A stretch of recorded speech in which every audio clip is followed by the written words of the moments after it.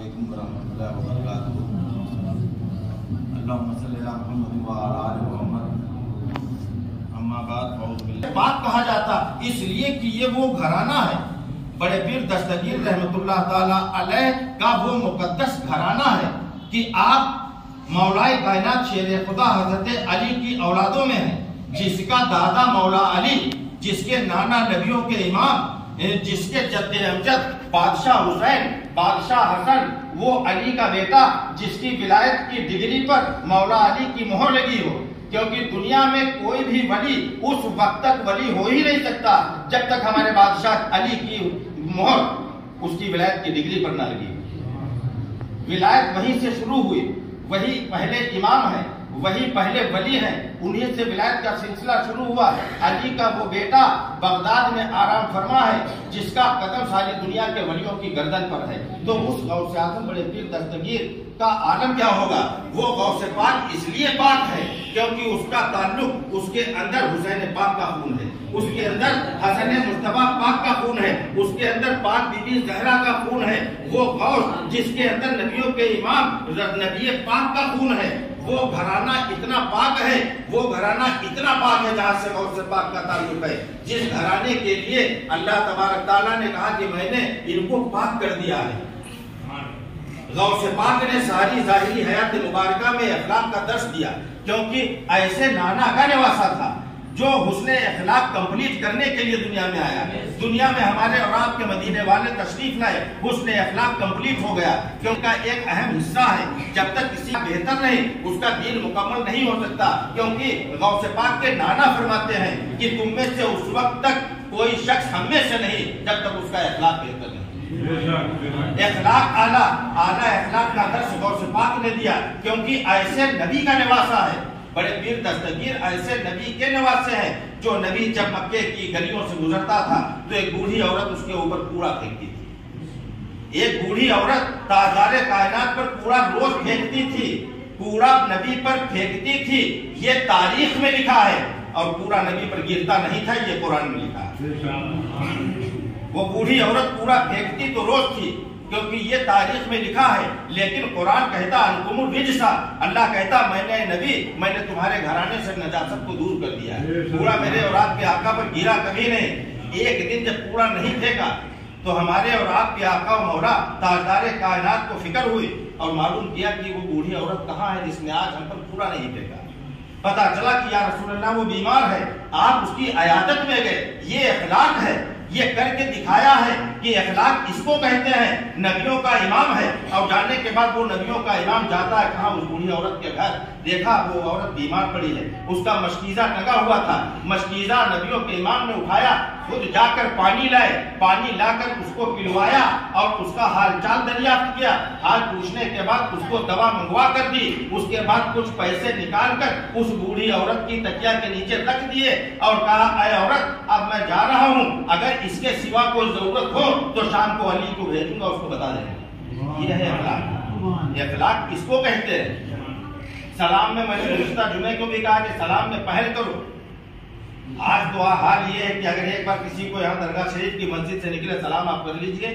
اور اس کے بعد اگر وہ بس اسٹاپ تک آپ کو پھر مل جائے پھر کر لیجئے، تو وہ سوچے گا عجب شخص ہے، اس کے تارا رہ گئے، ابھی سلام کرا تھا پھر۔ ارے نبیوں کے امام جب صحابہ کے ساتھ گزرتے تھے تو اگر بیچ میں کوئی درخت پڑتا، کچھ ادھر سے گزرتے کچھ ادھر سے گزرتے، تو آگے جب ملتے تو پھر سلام کرتے۔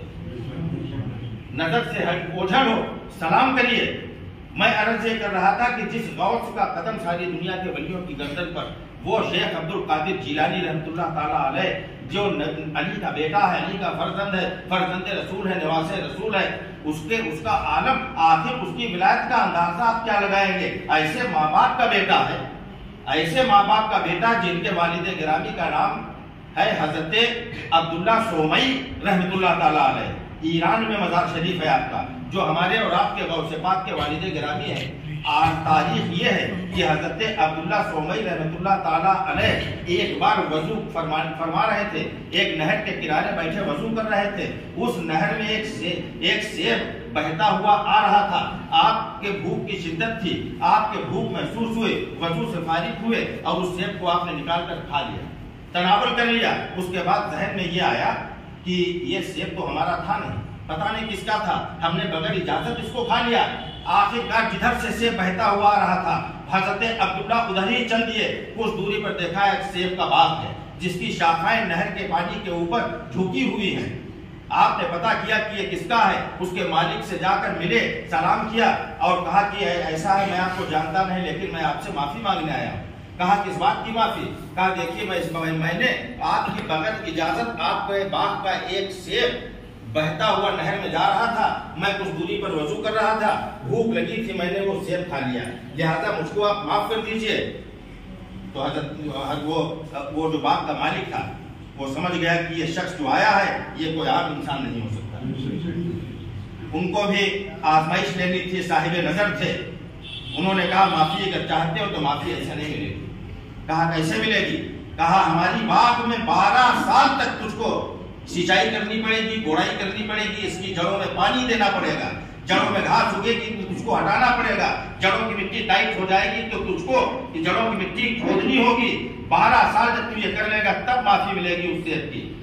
حضرت عبداللہ سومئی رحمۃ اللہ تعالیٰ علیہ نے کہا ہمیں منظور ہے۔ 12 سال تک حضرت عبداللہ سومئی نے اس باغ کی داشت کی دیکھ بھال کری، سینچائی کری، گوڑائی کری، گھاس نکالی۔ 12 سال جب بیت گئے تو باغ کے مالک نے ایک دن بلایا، کہا عبداللہ ایک سیب توڑ لاؤ، کھانے کا دل کر رہا ہے۔ حضرت عبداللہ گئے، ایک سیب لا کر انہوں نے دے دیا۔ جب اس مالک نے دیکھا تو کہا یہ بتاؤ کہ 12 سال تم کو ہو گئے، تم کو آج تک یہ پہچان ہی نہیں ہوئی، یہ کچا سیب ہرا ہرا توڑ کر لائے ہو، کیا تجھ کو نہیں معلوم کھانے کا سیب ذائقے دار کیسا ہوتا ہے؟ آنکھوں میں اشک آ گئے۔ حضرت عبداللہ سومئی رحمۃ اللہ تعالیٰ علیہ نے عرض کیا، کہا کہ ایسا ہے، آپ نے فرمایا کہ دیکھو آپ نے 12 سال پہلے کہا تھا کہ اس کی سینچائی کرنا، 12 سال سے میں صرف جڑوں کو دیکھتا ہوں، میں نے آج تک آپ کے سیبوں پر نظر نہیں ڈالی، مجھ کو پتہ ہی نہیں کہ کھانے والا کس رنگ کا ہوتا ہے۔ 12 سال تک آپ نے جو کام دیا تھا میں اپنی معافی کے لیے صرف جڑوں میں پانی ڈالتا رہا، جڑوں کی دیکھ بھال کرتا رہا، لیکن میں نے آج تک سیب نہیں دیکھا۔ بس ان کے دل کو سمجھ گئے کہ یہ بندہ واقعی اللہ کا کوئی محبوب بندہ ہے، یا بندہ نے تو پھر کہا ٹھیک ہے۔ تو حضرت عبداللہ نے کہا کہ کیا اب ہم کو معافی مل جائے گی؟ کہا معافی تو مل جائے گی لیکن ایک شرط اور ہے۔ تو حضرت عبداللہ سومئی رحمۃ اللہ تعالیٰ علیہ نے پوچھا کہ اب کون سی شرط ہے؟ کہا دیکھو میری ایک بیٹی ہے جو آنکھوں سے اندھی ہے، کانوں سے بہری ہے، ہاتھوں سے لولی ہے، ہاتھ کام نہیں کرتے، پیروں سے اپاہج ہے، چل نہیں پاتی، اور دونوں کانوں سے سنتی نہیں، گھر میں ہے، تم کو اس کے ساتھ نکاح کرنا پڑے گا۔ حضرت عبداللہ سومئی رحمۃ اللہ تعالیٰ علیہ نے پوچھا کہ کیا یہ بتاؤ اگر ہم اس سے نکاح کر لیں گے تو کیا ہم کو معافی مل جائے گی جو ہم نے سیب کا اگر اجازت کے کھایا تھا باغ کے مالک نے، تو تجھ کو معافی ہم دے دیں گے، معاف کر دیں گے، تجھ کو معافی مل جائے گی۔ انہوں نے نکاح کر لیا۔ نکاح کرنے کے بعد جب کمرے میں پہنچے تو دیکھا صحیح سلامت ایک خاتون بیٹھی ہوئی ہیں۔ واپس آئے، جس نے ایک سیب کھایا ہو بغیر اجازت تو عالم یہ رہا ہو، تو سوچے ایسا تو نہیں کہ کوئی معاملہ بھول کا ہو گیا، کوئی دوسری لڑکی ہے۔ گئے، کہا کہ ایسا ہے۔ حضرت عبداللہ سومئی نے کہا کہ آپ نے جیسا بتایا تھا ویسی تو وہاں کوئی لڑکی نہیں ہے،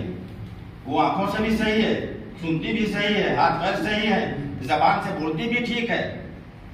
تو اس بات کے مالک نے کہا وہی تمہاری بیوی ہے، میں نے اندھا اس لیے کہا تھا کہ میری بیٹی وہ بیٹی ہے جس نے جب سے بالغ ہوئی تب سے آج تک کسی نامحرم کے چہرے کو نہیں دیکھا۔ اس نے کبھی وہ باتیں بہری اس لیے کہا تھا کیونکہ اس نے کبھی وہ کلام سنا نہیں جس میں اللہ رسول راضی نہ ہو۔ میں نے اس لیے کہا تھا کہ دونوں پیروں سے اپاہج ہے کیونکہ اس نے ایک قدم بھی آج تک زندگی میں اللہ رسول کی مرضی کے خلاف آگے نہیں بڑھایا۔ ہاتھ اس لیے کہا تھا کہ اس کے لولے ہیں، ہاتھوں سے ہاتھ کام نہیں کرتے، کیونکہ آج تک میری بیٹی نے اپنے ہاتھوں سے وہ کام نہیں کیا جو اللہ رسول کو پسند نہ ہو۔ وہ دیکھا ہی نہیں، غیر محرم دیکھا نہیں، غیر محرم کی آواز سنی نہیں، غیر محرم سے کبھی کلام نہیں کیا، اس لیے وہی تمہاری بیوی ہے۔ اب آپ سوچئے اس عورت سے نکاح ہوا حضرت عبداللہ سومئی رحمۃ اللہ تعالیٰ علیہ کا، ان سے جو فرزند پیدا ہوا اسے شیخ عبد القادر جیلانی کو سوچئے تو ایسی ماں کا بیٹا ہوگا، جو ایسے باپ کا بیٹا ہوگا کہ اتنی آزمائش کے ایک سیب کھانے، اس کا نام غوث پاک ہے۔ اس کا نام غوث پاک ہے کہ جب واز فرماتے تھے، آج تو یہ لاؤڈ اسپیکر ہے، یہ لاؤڈ اسپیکر میں یہاں بول رہے ہیں تو وہاں تک آواز جا رہی ہے، لیکن ہمارے اور آپ کے بڑے پیر دستگیر جب واز فرماتے تھے تو جاہو جلال کا عالم یہ تھا کہ اگر کوئی پرندہ اس وقت پرواز کرتا ہوا آگ کے اوپر سے گزرتا تو جل کر خاک ہو کر نیچے گر جاتا، اور اس کا عالم یہ تھا کہ اگلی صف کے لوگ جتنی تیز آواز ہمارے غوث کی سنتے تھے اتنی ہی تیز آواز پیچھے کے لائن میں کھڑے لوگ سنتے تھے، جبکہ ایک ایک اجتماع میں غوث پاک کے 70 ہزار لوگ ہوتے تھے، 70 ہزار لوگ ہوتے تھے جس پر نگاہ ڈالتی ولی بنا لیا۔ عالم یہ تھا نگاہ ولایت کا کہ مسجد کے اندر نماز پڑھ رہے ہیں غوث پاک، نماز پڑھنے گئے، اس کے اندر ایک چوری کی نیت سے ایک شخص گیا اور اس نے دیکھا کہ غوث پاک نماز پڑھ رہے ہیں تو صفحہ کھڑی تھی، صفوں کے پیچھے چھپ گیا، صفوں کے پیچھے چھپ گیا یہ سوچ کر کہ جب یہ بڑے پیر دستگیر چلے جائیں گے تب ہم اس مسجد میں چوری کریں گے۔ غوث پاک رحمۃ اللہ تعالیٰ علیہ پر قربان جائیے آپ نے سلام پھیرا، سلام کے بعد اس کے نام کو میں ولدیت کے ساتھ لے کر پکارا کا باہر آ جا، وہ شخص باہر آیا۔ عالم نواسے کے غیب کا عالم یہ ہے حاجی صاحب، تو نانا کے غیب کا عالم کیا یا اور کوئی غیب کیا تم سے نہا ہو بھلا، جب نہ خدا ہی چھپا تم پہ کرو مطلوب۔ غوث اعظم ان کے نواسے جن سے خدا نے نہیں چھپا، غوث اعظم نے نام اور صناف کے ساتھ اس کو بلایا، باہر آیا اور آنے کے بعد اس نے معافی تلافی کی، میرے غوث نے اس پر نگاہ ڈالی، اللہ کی قسم چوری کرنے مسجد کے اندر آیا تھا اور وقت کا ابدال ہو کر گیا، ولایت عطا کر دی، غوث نے نظر ڈالی تو ولی ہو گیا، اپنے وقت کا ابدال ہو گیا۔ اس غوث پاک کی محفل میں ہم اور آپ یہاں پر بیٹھے ہیں، حاضر ہیں، یہ غوث اعظم کا کرم ہے، رات دن جتنا غوث غوث غوث کریے کم ہے، اس لیے کہ اس مسجد میں کم و بیش 200 250 300 لوگ نماز پڑھنے آئے تھے۔ کچھ ایسے ہوں گے جن کو واقعی ضرورت ہوگی، بھوک پیاس ہوگی، کوئی ضرورت ہوگی، بازار جانا ہوگا، ان کی بات نہیں کر رہا ہوں، لیکن بہت سے لوگ ایسے ہوں گے جن کے پاس وقت تھا لیکن وہ چلے گئے، اپنی مرضی سے نہیں گئے، آپ بیٹھے ہیں اپنی مرضی سے نہیں بیٹھے، بلکہ ان میں سے جس کو غوث پاک نے چاہا اپنی محفل میں روک لیا، جس سے چاہا اپنا بنا لیا، جسے چاہا در پہ بلا لیا، یہ بڑے کرم کے ہیں فیصلے، یہ بڑے نصیب کی بات ہے۔ اللہ تبارک تعالیٰ سے دعا اللہ تبارک تعالیٰ ہمیں اور آپ کو غوث اعظم کے بتائے ہوئے راستے پر چلنے کی، عمل کرنے کی توفیق عطا فرمائے۔